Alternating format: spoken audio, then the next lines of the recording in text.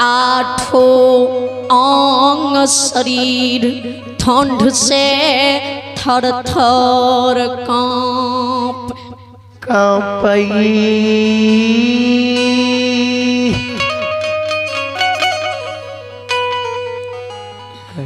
लखरी छुइन धुनी रमा माघ मास के समय बितलियई चैत बैसाख के समय में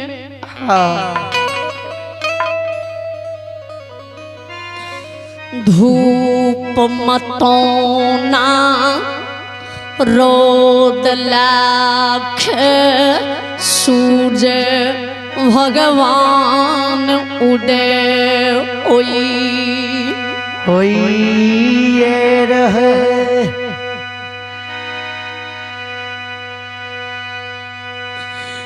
निछान धरती तब जा ऊपर आकाश तब पवैये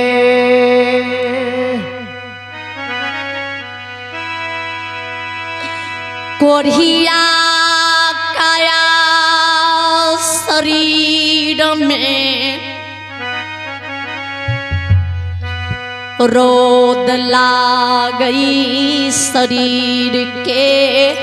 चमड़ी सीझ सीझ के जमीन पर गिरे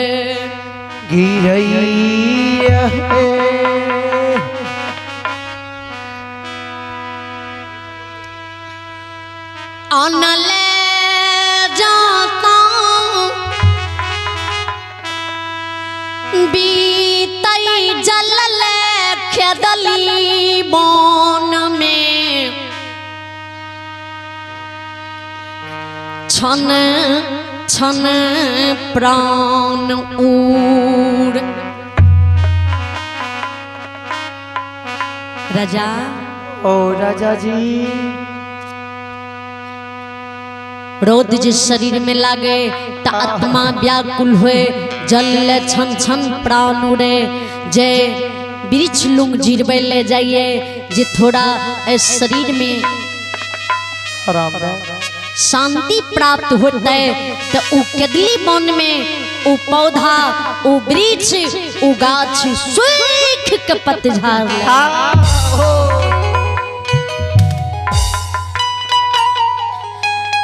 व्याकुल आत्मा व्याकुल रही जा जड़ल आत्मा जड़ले रही जा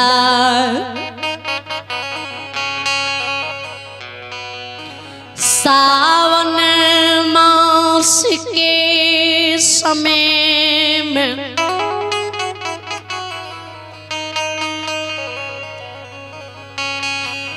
आंधी तूफान बिहार खेदली में हवा चलई रहे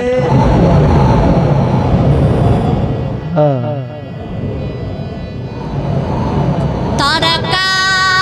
तरकई बिजली छिटकई मूसलाधार बरसा खेदुली में बरसे बरसई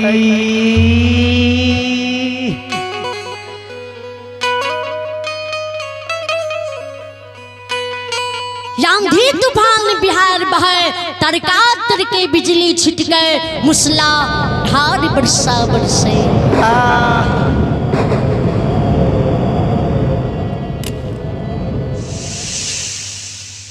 वही समय में किदली जंगल में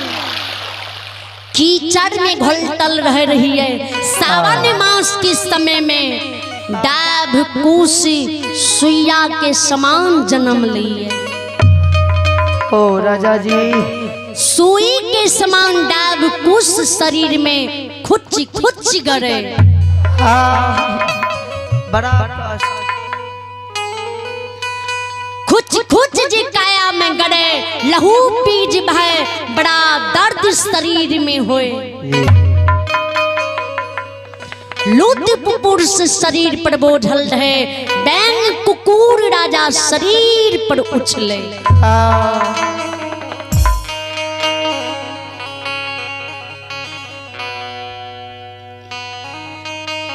दीनो दीन शरीर के अन्न बिनु जले बिनु सामर्थ घट गले।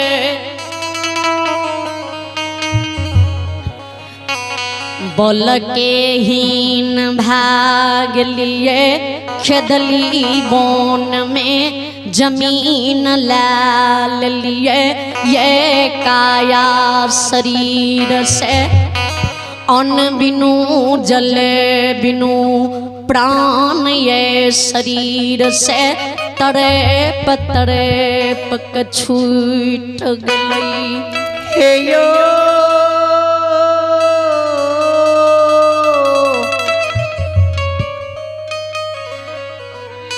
ओ राजा जी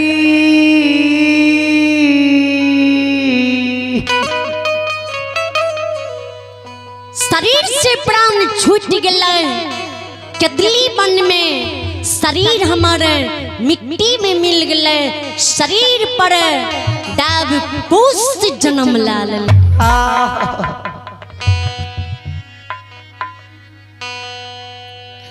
बड़ बड़ दुख काट बड़ बड़ कष्ट काट के राजा दीवरा भीर बन के 12 बरस केतली में गम लिए।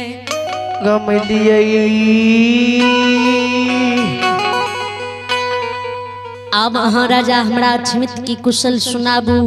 जे केना अक्षमित में खाए खेपे रहिए केना दिन गुजर काटे रहिए। हे हो सतवादी ओ राजा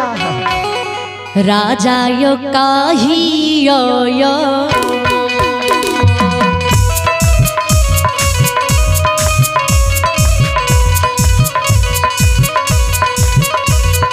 राजा यो काहियो यो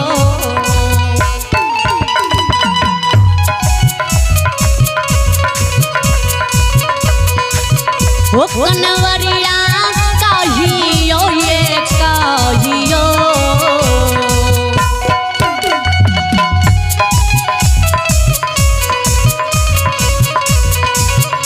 हे यो राजा यो सतवादी कनवरिये यो भगले।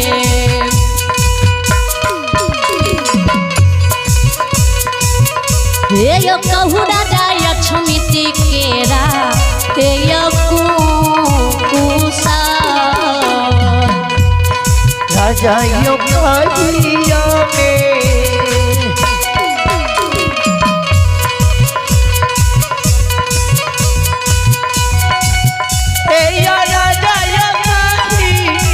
में कहियो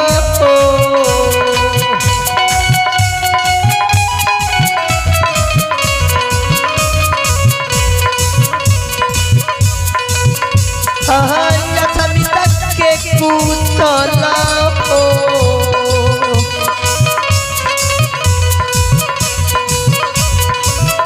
हे हो कहा राजा या चमित पूरा के ओ कुसा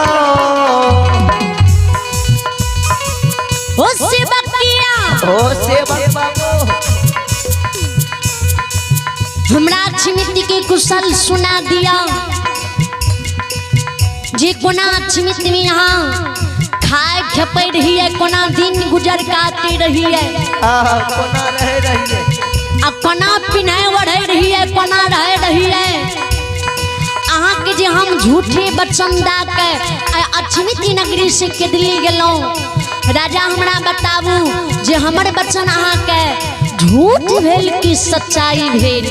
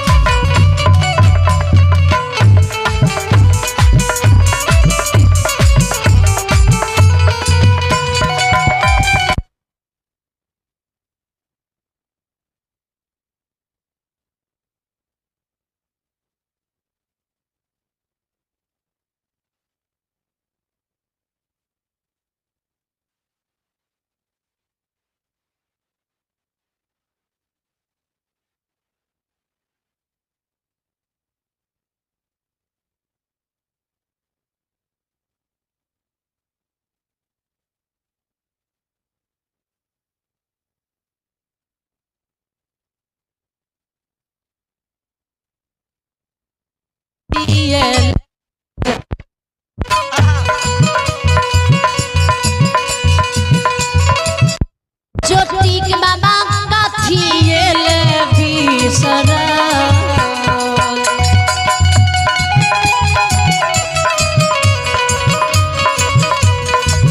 ओ तपस्या कथियल बिसरल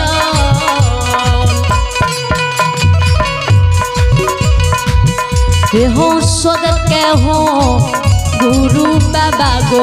साइनाता पसिए जो ठीक बाबा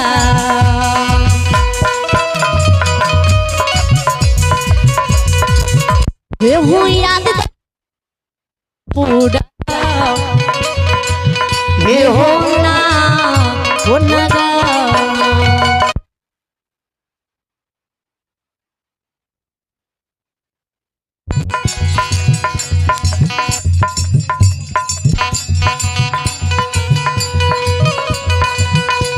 या राजा या कतियल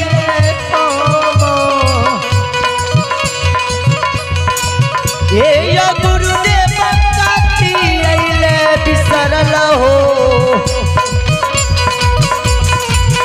ये हो तो गया दिल बैठ गुरुदेव ये यो दिला बचिया तमीत पूरा हो लगा ज्योति बाबा जी राजा बानी सुने तो ज्योति बाबा के राजा हमर बाप के यहाँ के सच्चाई नहीं भेल नहीं भेल हमर बाप के राजा यहाँ के झूठ भागे चंद्रबली राजा के गुरु बाबा अहाँ के बात हमरा झूठ नहीं भेले अहाँ के बात के गुरु बाबा हमरा सच्चाई भेले रानी चंद्रावती के गर्भ से 1 लाख पुरन से 9 महीना 10 दिन पर 5 गो पुत्र जन्म लेलके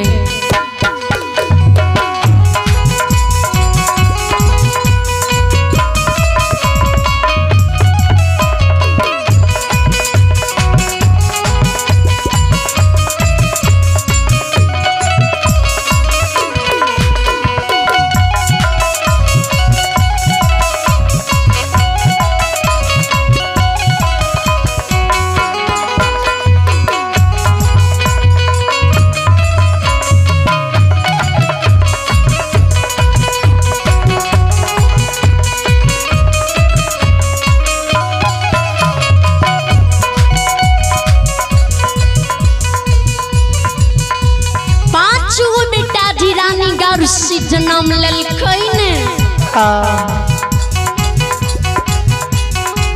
बड़ा आनंद अक्षमित नगरी भेले बड़ा खुशी अक्षमित के समाज भेले बड़ा खुशी हम भेलिए बड़ा खुशी रानी चंद्रावती भेले यही खुशी के कारण से यही 14 कोष के राजा प्रजा जाति प्रजाति बाढ़ो ब्रह्म 3600 जात राजा महाराजा जाति प्रजाति के अक्षमित नगरी अपना द्वार पर उतार लिए। ओ गुरु बाबा धन का धन नहीं बुझलिए सोना का सोना नहीं बुझलिए हाथी घोड़ा का हाथी घोड़ा नहीं बुझलिए चांदी का चांदी नहीं बुझलिए अक्षमित राज के राज नहीं बुझलिए कपड़ा वस्त्र का कपड़ा वस्त्र नहीं बुझलिए। पांचों बेटा की खुशी में अक्षमित नगरी में बाबा हो धान हो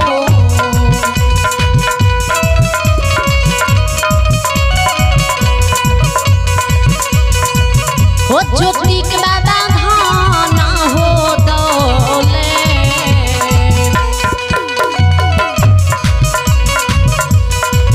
हो गोसैया धाना हो दौले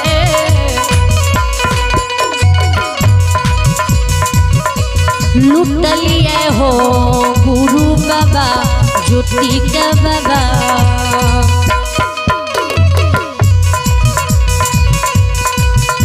एहो लुटा दलिया लक्ष्मी पूरा एहो ना नगर में बाबा यो धानायो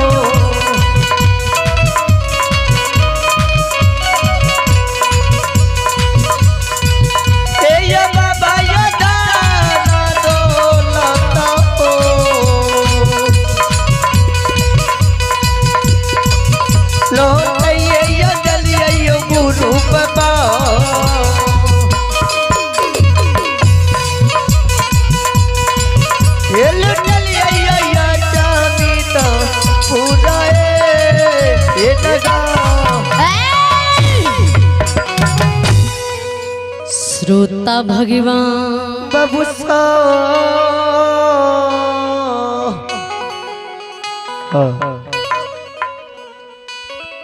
भाती पुमरिया अले द्वार पर नाच लगे गलकै बजलकै तो पमरिया हमरा से सत्य क्या ललकै अब पमरिया हमरा से नहीं धन लेने दौलत लेने सोना लेने चांदी लेने हीरा लेने मोती लेने हाथी लेने घोड़ा ले नहीं एक कोन अछमित राज खुशिया ना दान ले हाँ किछो न ले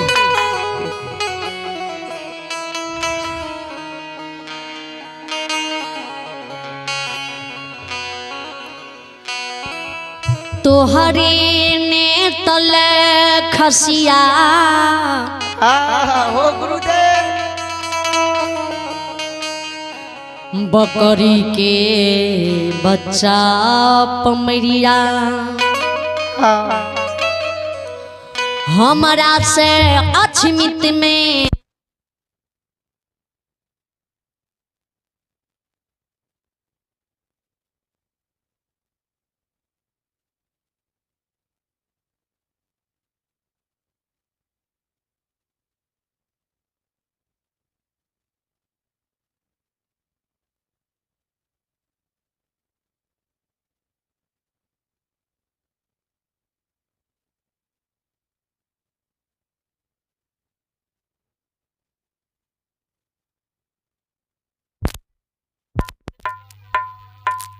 हाँ एक एगो कोनो चीज पर रह दियो बछौन खेकारो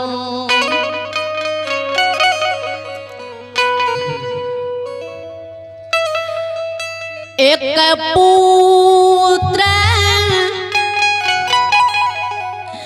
पुत्र के मोह माया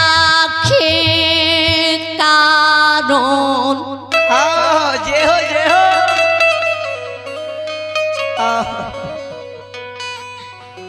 पमरिया सतक थोड़ दिलियै अहाँ खे नेतौल पाँचो बकरी खे बच्चा खुशियाँ ना दान पमरिया खे नहीं दिलियै।